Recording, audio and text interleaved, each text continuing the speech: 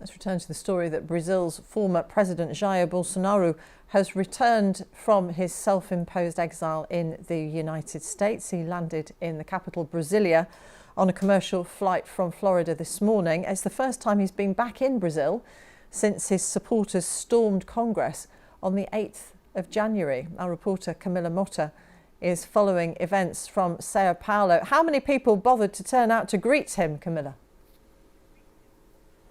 A lot, actually, Martin. There were dozens of Bolsonaro supporters in the lobby of the airport in Brasilia. They were wrapped in the Brazilian flag. They were wearing the Brazilian national football team jersey. They were chanting the national anthem, jingles against Lula, waiting for Bolsonaro. But Bolsonaro didn't show up. He actually exited through a private exit. He left through a private exit and went straight to the headquarters of his Liberal Party, the party to which he's been affiliated for the past 2 years. He's facing an investigation now. Tell us about that after his supporters stormed Congress. Yeah, he's facing several investigations, actually. There are 16 lawsuits against him in the Brazilian Superior Electoral Court, and one of them investigates into the January 8th attacks in Brasilia.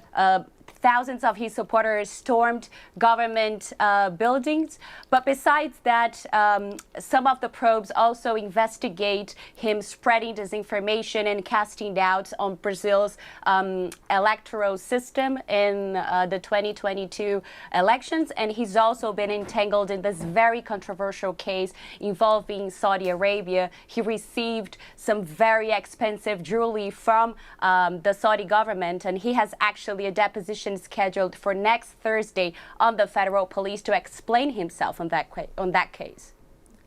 What sort of activity is he expected to engage in politics from now on in Brazil? How visible are we expecting him to be? Right, so this is still a question that we're waiting to be answered. In an interview yesterday, he said he's too young to retire. He's 68. But to the surprise of many, he also said that he wouldn't lead the opposition against Mr. Lula da Silva, the current incumbent. So I guess that it all depends how much he'll be involved in all the legal troubles that he will face from now on. To see how much he'll be able to actually dive into politics, because this is the first time in 32 years that Bolsonaro doesn't have political immunity. So he'll be tried by the Brazilian common justice. So this is a big change for him. So how surprised were people that he chose to come back, given that he doesn't have that immunity?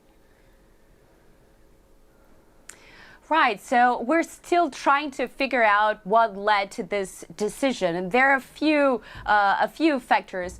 The Brazilian economy has been moving at a slow pace, so maybe he thought that this was a good time to come back. The opposition still does clear leader, and also he could be starting to strategize for the local campaigns in Brazil in the 2024 elections. So as I said, he went straight from the airport to the headquarters of the Liberal Party. So his comeback could be him trying to set up his strategy on his political action for the next month. Camilla, thank you very much for joining us from Sao Paulo. Camilla Motta, much more on the background to that story and why Jair Bolsonaro put himself into exile in the United States on the BBC News websites and the BBC News app. You're watching BBC News.